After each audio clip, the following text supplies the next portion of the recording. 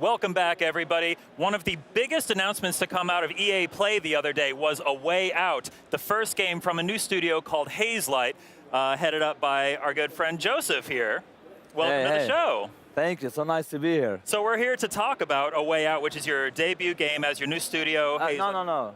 I did the Brothers: A Tale of Two Sons before. Right, yeah. But now you formed this new studio. Yes, and, yes. You're working it's a debut on this studio. Yes, that's right. But obviously you worked on, you created Brothers: A Tale of Two Sons, which was hugely popular. Yeah. Everybody loved it, and now A Way Out looks even more incredible. Looks like a real kind of evolution of your work.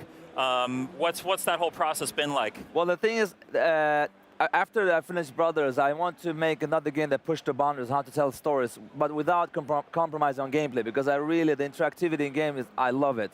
So it started out with me and a friend trying to find a co-op game that was not just a drop-in, drop-out. I wanted to do like an emotional story for two characters, and that they were unique and everything. This is actually how it started. So the game was designed from day one as a co-op in design. So single player was never in the cards? Even if someone gave me $20 million, do a thing, I would say no.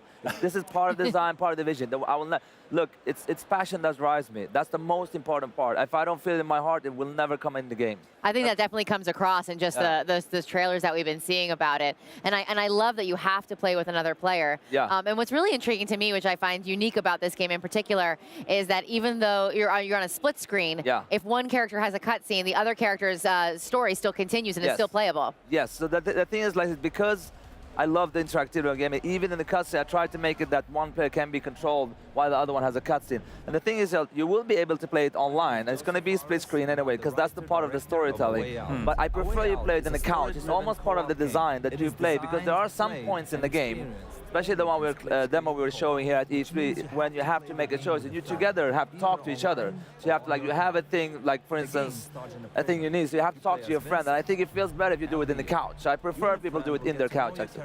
Yeah, this looks amazing. At their couch, maybe you say. It's incredible some of the stuff you guys are doing with the split screen mechanic. I'm surprised that nobody else has tried to do something like this before, because you're doing amazing stuff where, like, if one player has a more cinematic event going on, the screen kind of gets bigger for them and smaller for the other character. It's kind of like a 65%, 35. Sometimes we go with 3 screens, sometimes we go with a split like this. So this is kind of like, because my background is a filmmaker, so this, you can say, is the inspiration from my background. But still, the games, for me, there are two passive experiences. When you have the controller most on the table, not in your hand, I love the interactivity. I want you to be able to control all the time. Also, another thing in a way, like, the mechanics are, like, variation is insane.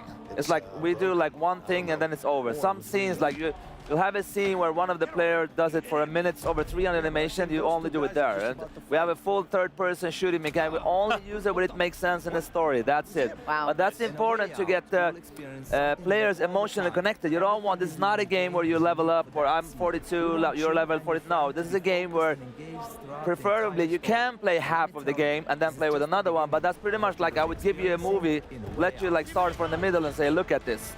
But also what I think also is that I think there's underestimated what you can experience in co-op, because you can experience this, when you look at a great movie, you experience an emotional story together. And I think in co-op there is a lot of possibilities. This is the idea with this game, to get you emotionally connected together, and not just like in a competitive way, you know what I mean? I'm not saying I'm against those games, but I think that there's a potential of doing this also in co-op. Well, that's what I love about this. I mean, the story between the two characters is so, tightly wound within each other that you're really making a bond together. And I can see, like, if you're playing it together, it's the journey that you get to go on and experience it, because it's a pretty intense story that you're telling. Oh yeah. The thing is, I'm so excited. I'm almost shaking. Love it. Almost want to eat the table. No, but the thing is, like, the game, like the first they don't know each other. It almost like starts as a single-player game in a split screen, almost like that, and then you slowly get to know each other. And also the game starts in a prison, but there will be way more outside. So it's just that the beginning is there. It's a big part of the game, but it's way more than this than Wow. just the prison. Cool. So And also, like, it's not that just the mechanics are unique. All NPCs, all interactions are unique for every character. So if I go talk to a person, I will have my choice. It's like a simple choice with short dialogue, and as you talk, you will say differently. So it depends. So always, I prefer that you always try to do it a different way because the characters are so different from each other. They're like the total opposite. So A Way Out feels like a much bigger project than Yeah. Brothers was. It feels like you guys maybe have more freedom, more resources to work with here. What's that whole process? I mean, or is that even the case? Yeah, Yeah. no, I mean, we are in the company. It is what I Because mean. it comes across that way. Yeah, I know. I'm happy for it because it looks really good, but we do everything in-house. I mean, I do the mocap, I do the stunts. I mean, I had my toenails come off when I stunt. my I did. gosh. Wait, you actually? Ow. Yeah. I thought you were joking earlier. No, it's not, what do you mean? Look, I'm a passion-driven So you're person. the Like, writer, director, writer, founder of the studio, director, founder, stuntman, stuntman. mocap. Okay, I have my big brother in the game also. He's a great actor, but I get him for free. So I think we're breaking some kind of world record of what you can do for amount of stuff. We have like over 13,000 animation, maybe more than some AAA titles. It's crazy what we are like putting in this game. Wow. Yeah, but I love it. You know, Yeah. And even if people tell me, like in the beginning, they told me like, how dare you? Maybe you should like do a thing. I'm like, no, that's not gonna happen. Because this is the design. This is the game. Well, and how passionate you are about it. This allows you to really be an auteur and get your hands in like every little bit of it and really be hands-on. And that way it's going to turn out, you know, and that passion's going to really show through. I believe like if you truly believe in what you're doing, and I'm a passionate gamer, I do a game that I want to play.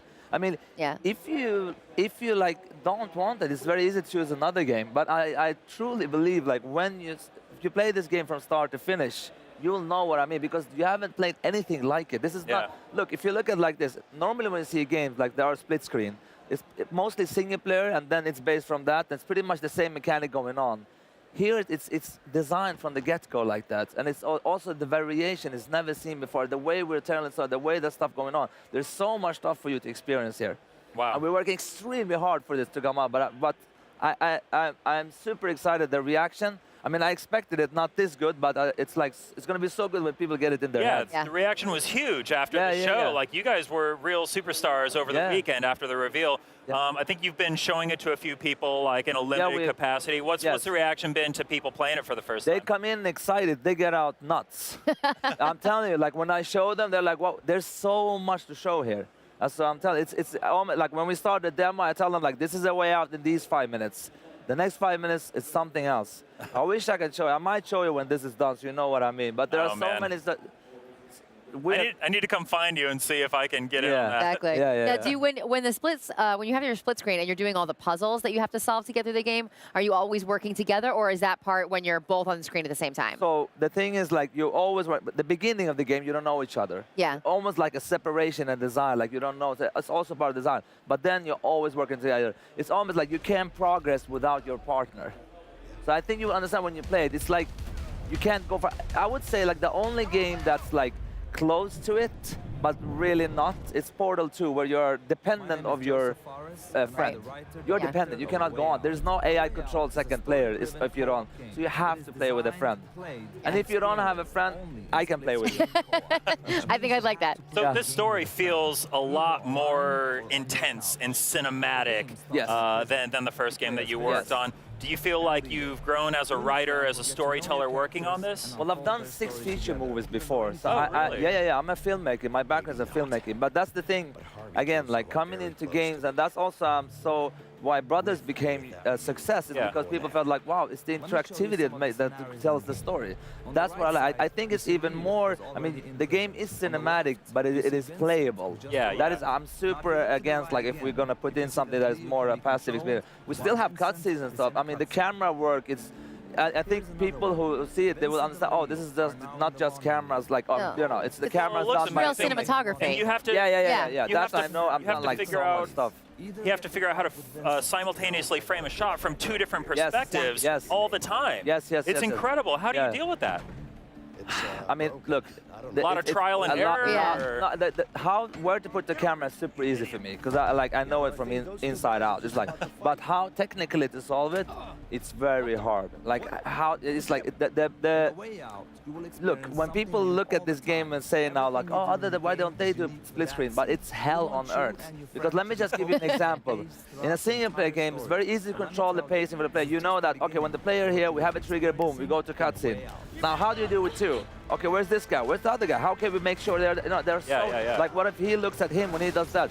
For instance, when you go and take down, some games like make a cut to align the character on the animation. Here you can't because you can look at him. And then it will pop, so there's so much that you don't think about.